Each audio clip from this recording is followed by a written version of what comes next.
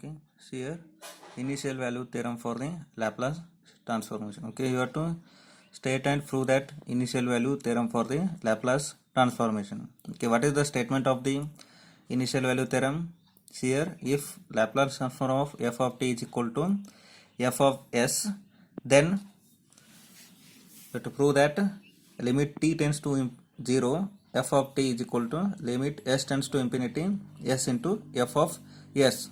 Okay, see here how you have to prove this one. Okay, that is proof by using the derivative property of the Laplace transformation. The standard property is there, that is derivative property of the Laplace transform is Laplace transform of f dash of t is equal to s into f of s minus f of 0. Okay, see here now how you have to write this LHS side terms, that is by using the definition of the Laplace transform. What is the definition? Laplace transform of f of t is equal to integration 0 to infinity e raised to minus st f of t into dt. Here f of t is there, therefore you have to take f of t. Okay.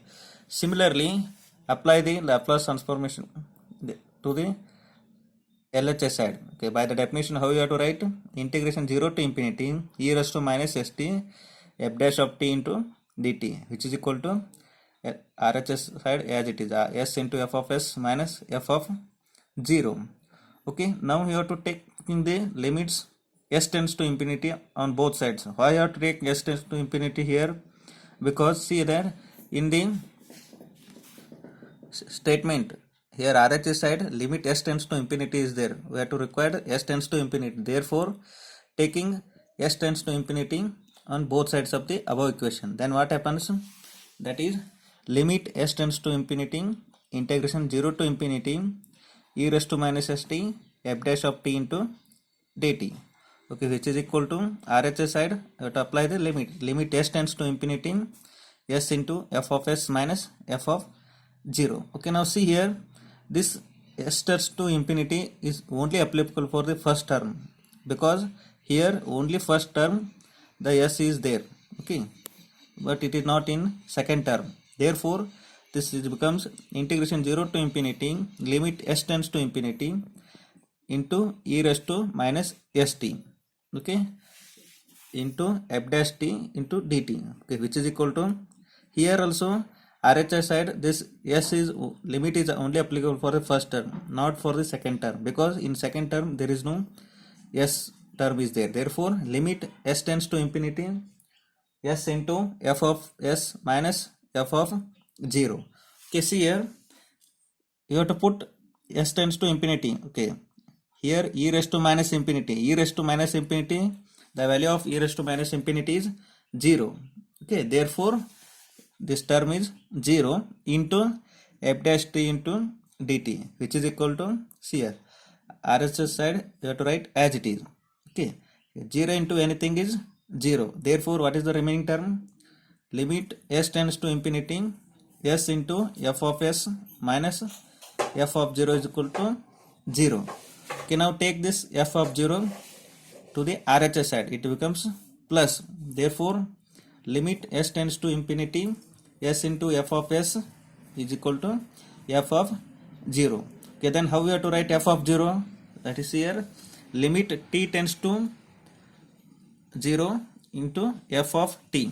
Why we have to write this one? Because here if put t equal to 0 in this one, you have to get f of 0. Okay, this is the initial value theorem for the Laplace transform. Okay, next one, final value theorem. Okay, what is the statement of the final value theorem? That is here Laplace transform of f of t is equal to f of s, then limit t tends to infinity f of t is equal to limit s tends to 0 s into f of s. Okay, how we have to prove this one? Again, here you have to use the derivative properties of the Laplace transformation. That is Laplace transform of f dash of t is equal to s into f of s minus f of 0. This is the derivative property of the Laplace transform. By using this one, here we have to prove the final value theorem. Okay, see here the LHS side you have to apply the Definition of the Laplace transformation. What is the definition of the Laplace transformation? Here, Laplace transform of f of t is equal to integration 0 to infinity e raised to minus st into f of t into dt. Okay, now you have to apply this one for the LHS side here. Therefore, integration 0 to infinity e raised to minus st f dash of t into dt, which is equal to RHS side, you have to write as it is. Okay, now here you have to apply the limits, means you have to taking the limits s tends to 0 on both sides. Why you have to take here s tends to 0? Because here in RHS side here s tends to 0 is there. Okay, and we have to apply the limit s tends to 0 on both sides of the above equation. We get limit s tends to 0 integration 0 to infinity e raised to minus st f dash of t into dt, which is equal to limit s tends to 0 s into f of s minus f of 0. Okay, therefore, okay, see here again this here this limit is only applicable for the first term only, because the first term only it consists the s term. That is, therefore you have to write, put limit here e raised to minus 0. What is the value of e raised to minus 0? You have to know that e raised to minus 0 means it is 1. Therefore, integration of 0 to infinity 1 into remaining term f dash of t into dt, which is equal to, okay, again see here you have to apply the limits only for the first term, because the first term only contains the s. Therefore, limit s tends to 0 s into f of s minus f of 0. Okay, now see here LHS side what is there, integration 0 to infinity f dash of t into dt.